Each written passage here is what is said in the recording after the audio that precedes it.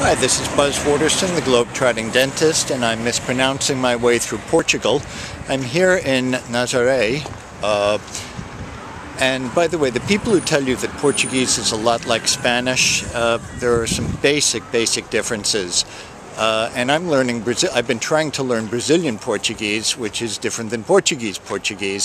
It's very hard to find a CD learning set on Portuguese because the whole country only has 10 million people.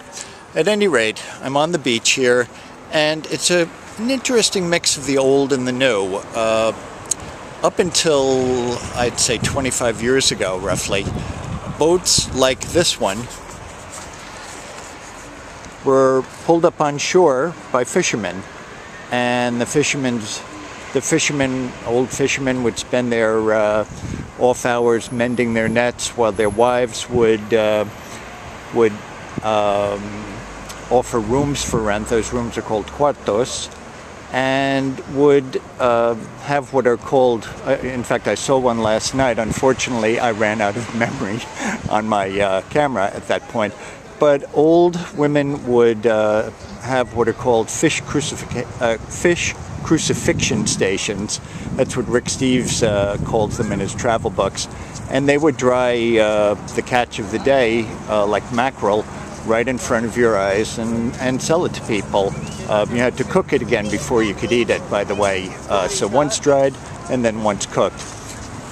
At any rate, you see this mixture of the old.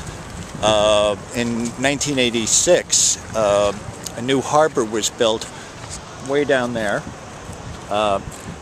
And all of a sudden, the tradition of pulling boats onto land with other men, which had given away to pulling boats onto land with oxen, which had given away to pulling boats up on land with trailers, gave way to pulling boats into the harbor on their own steam, and then just, you know, pulling them up on land with a tractor in an isolated area that's about a half-hour walk south of the main tourist area.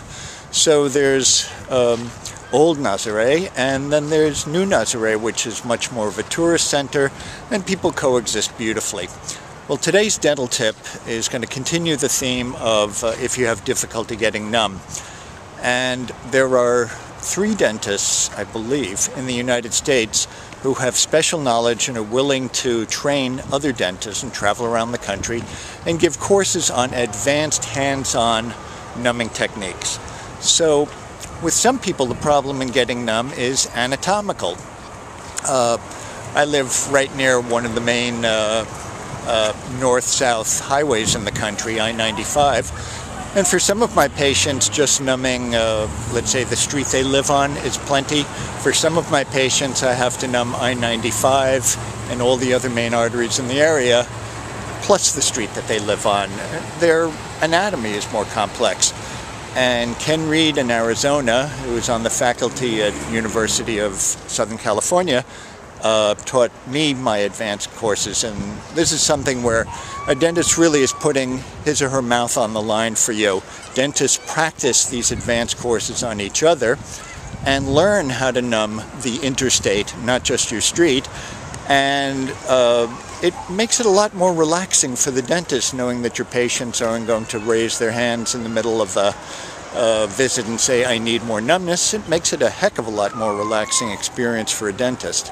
So if you're somebody who's had trouble getting numb, no matter what dentist you've been to, try to seek out somebody who's taken advanced courses, like with Ken Reed, and life is going to get to be a lot more relaxing for you, at least your dental life.